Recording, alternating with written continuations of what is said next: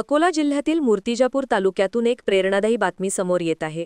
लंगापूर येथील सामाजिक कार्यकर्ता आणि समाजभूषण संतोष भांडे पाटील यांनी समाजातील उपेक्षित आणि निराधार मुलांसोबत दिवाळी साजरी करण्याची सुंदर परंपरा गेली 22 वर्षांपासून कायम ठेवली आहे।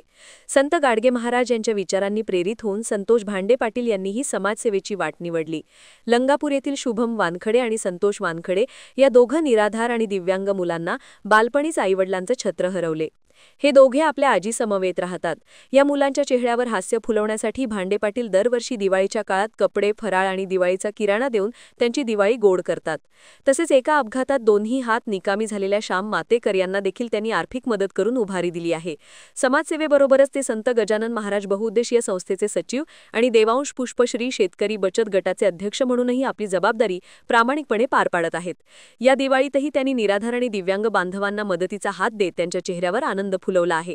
त्यांच्या या निस्वार्थ समाज कार्यासाठी सर्वत्र त्यांचं कौतुक होत आहे आणि तेच खरे गाडगे बाबांच्या विचारांचे वारसदार ठरत आहेत। अहम रजा खान, NTV न्यूज मराठी, मूर्तिजापूर, अकोला।